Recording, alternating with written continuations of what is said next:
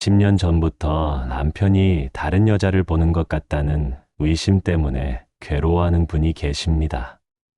밤잠을 설치고 하루 종일 남편을 의심하고 다투고 또 다투고 이런 일이 반복되면서 본인도 지쳐버렸습니다.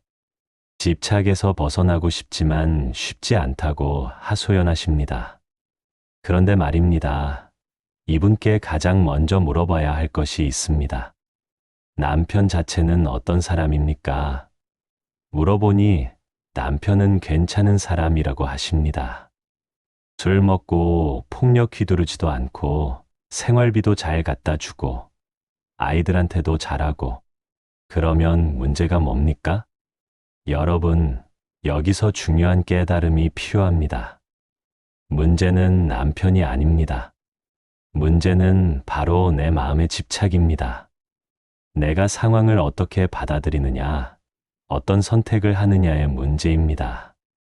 우리는 흔히 상대방을 바꾸려고 합니다. 남편을 다그치고 추궁하고 감시하고 하지만 다른 사람을 바꾸는 것은 불가능합니다. 오직 내가 바뀔 수 있을 뿐입니다. 내 마음가짐을 바꾸고 내 선택을 바꾸고 내 태도를 바꾸는 것만이 가능합니다. 생각해 보십시오. 10년 동안 의심하고 다퉈서 무엇이 달라졌습니까? 남편이 달라졌습니까? 오히려 더 멀어지지 않았습니까? 내 마음은 더 평안해졌습니까? 아니면 더 괴로워졌습니까? 이것이 바로 부처님께서 말씀하신 모든 괴로움의 원인은 집착에서 온다는 가르침입니다. 남편이 나만을 보아야 한다는 집착, 남편이 내 뜻대로 행동해야 한다는 집착, 이런 집착이 나를 괴롭게 만드는 것입니다. 그렇다면 이제 관점을 바꿔봅시다. 이것은 남편의 문제가 아니라 내 선택의 문제입니다.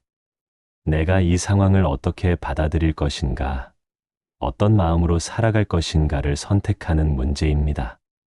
괜찮은 남편과 함께 살면서도 불행한 사람이 있는가 하면 불완전한 남편과 함께 살면서도 행복한 사람이 있습니다. 그 차이는 무엇입니까? 바로 받아들이는 마음의 차이입니다.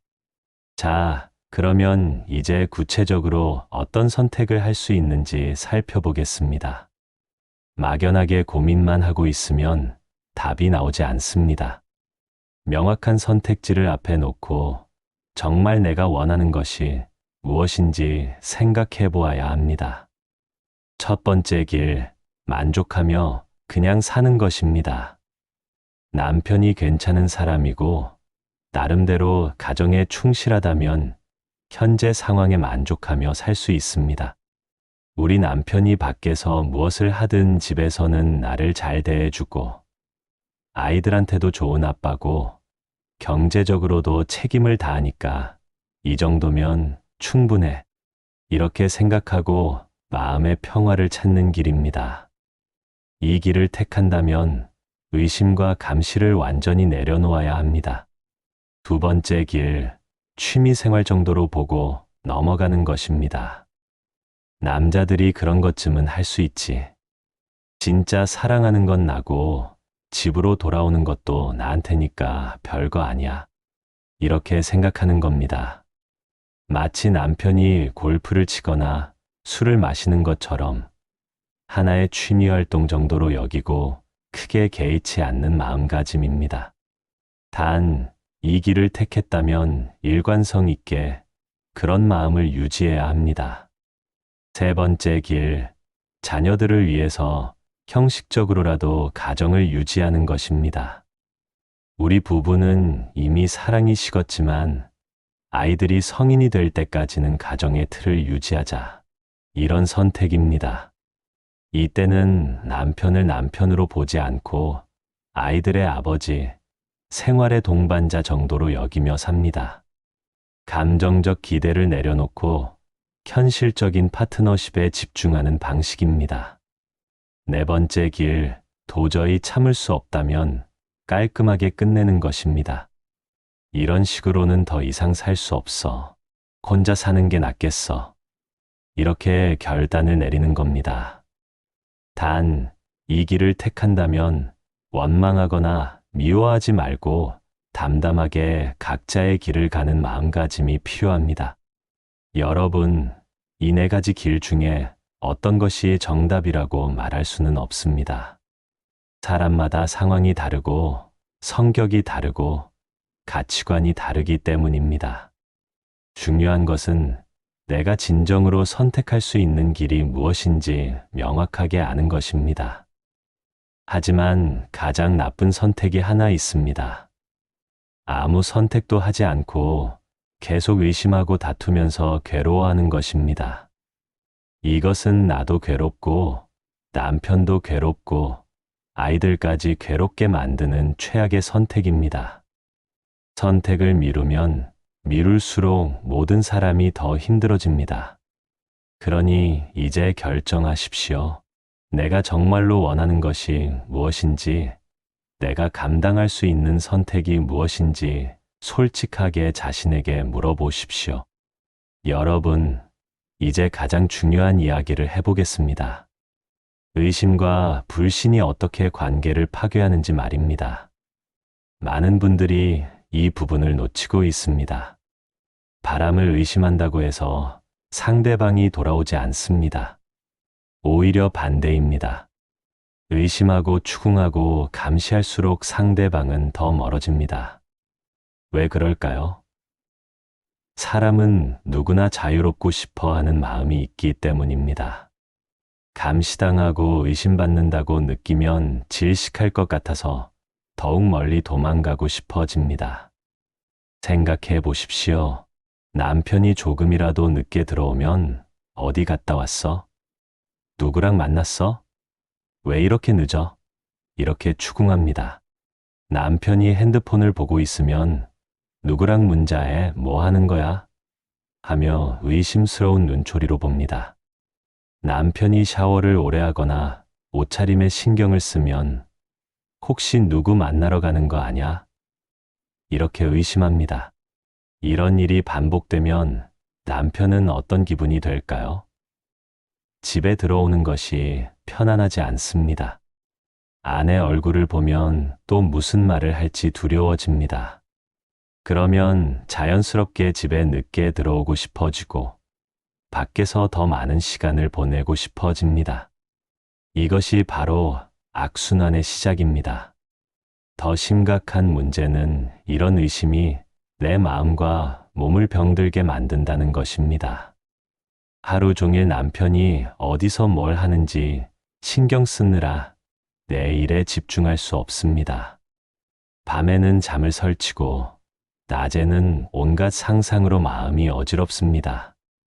소화도 안 되고 두통도 생기고 신경이 예민해져서 사소한 일에도 화를 냅니다. 그렇게 몇 년을 보내면 어떻게 될까요? 내 얼굴은 험악해지고 말투는 날카로워지고 늘 불안하고 초조한 모습이 됩니다. 그런 아내를 보고 남편이 더 사랑하고 싶어질까요? 아니면 더 피하고 싶어질까요? 이것이 바로 집착이 만드는 독입니다. 내가 남편을 놓치고 싶지 않아서 더 꽉 잡으려고 하는데 그 꽉 잡으려는 행동이 오히려 남편을 더 멀리 보내버리는 겁니다. 모래를 꽉 쥐면 손가락 사이로 빠져나가는 것과 같은 이치입니다. 더욱이 이런 불신의 에너지는 아이들에게까지 전달됩니다.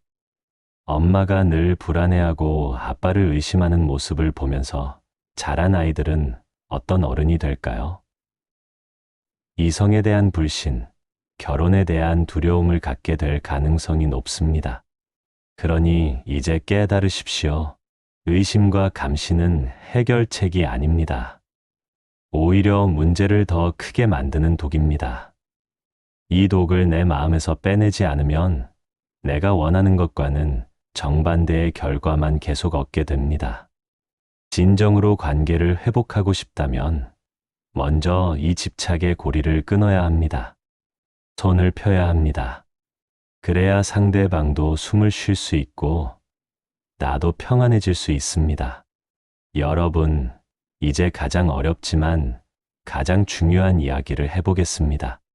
진정한 사랑이 무엇인지에 대한 이야기입니다. 우리는 보통 사랑을 소유로 생각합니다. 내 남편, 내 아내라고 하면서 상대방을 내 것으로 여깁니다. 하지만 진정한 사랑은 소유가 아닙니다.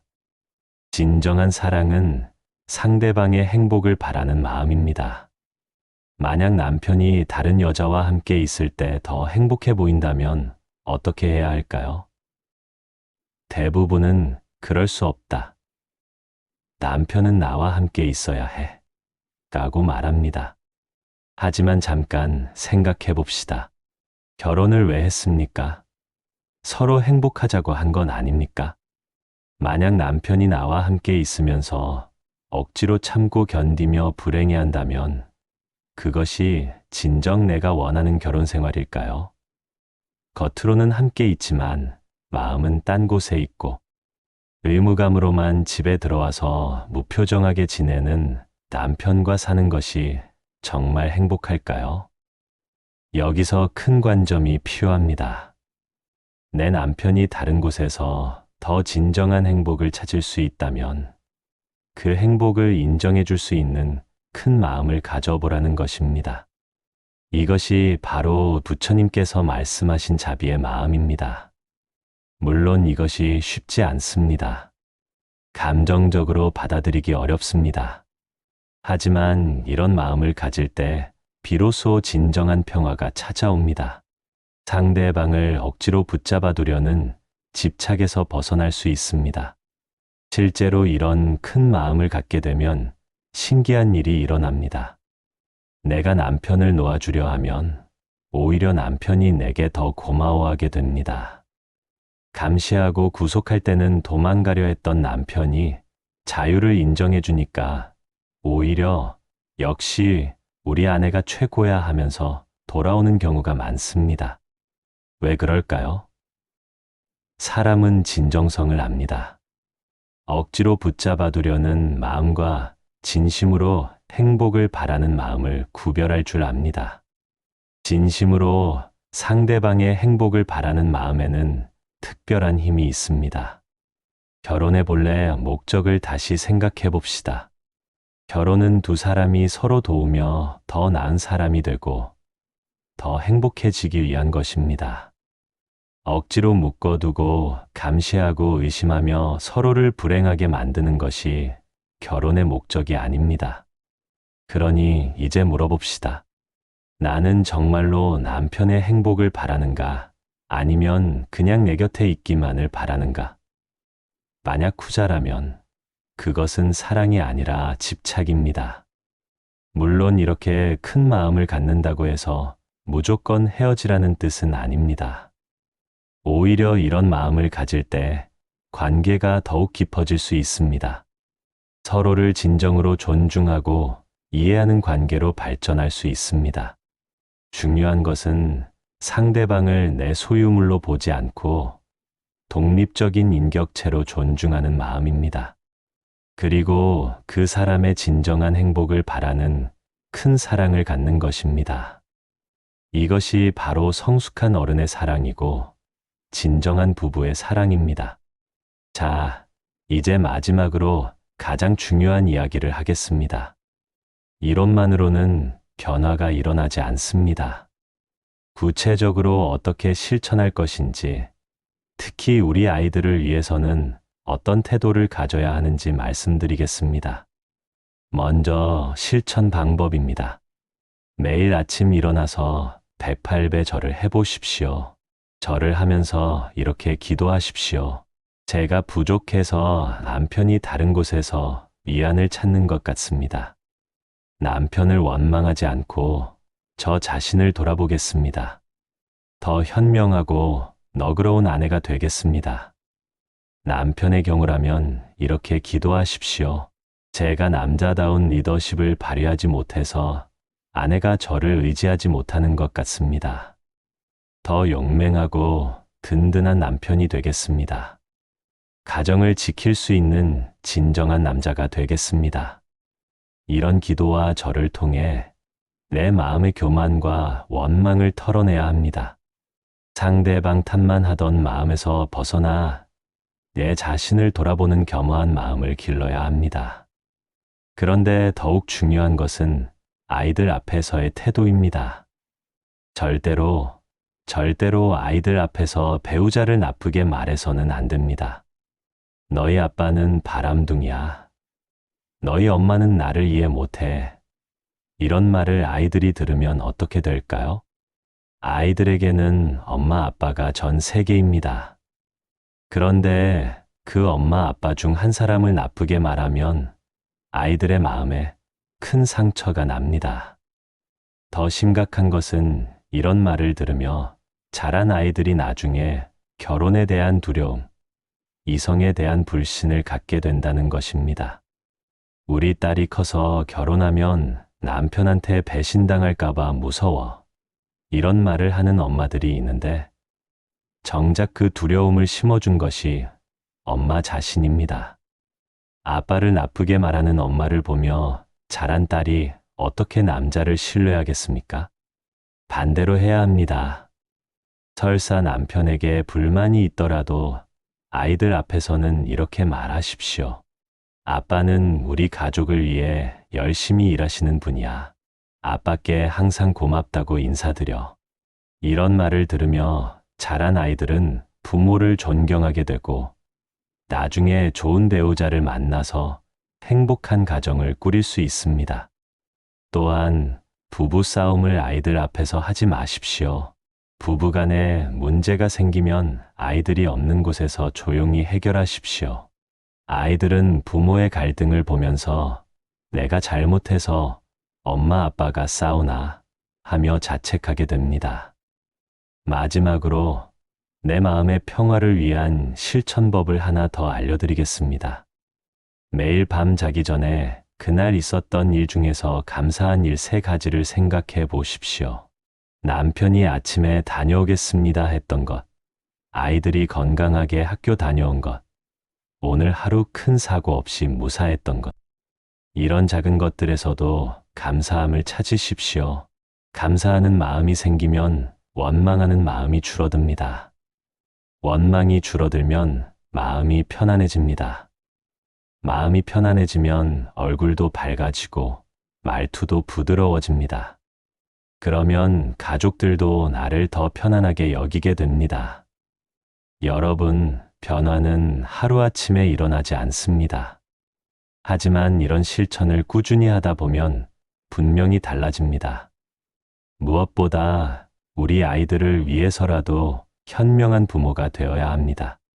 그것이 진정으로 가족을 사랑하는 길입니다.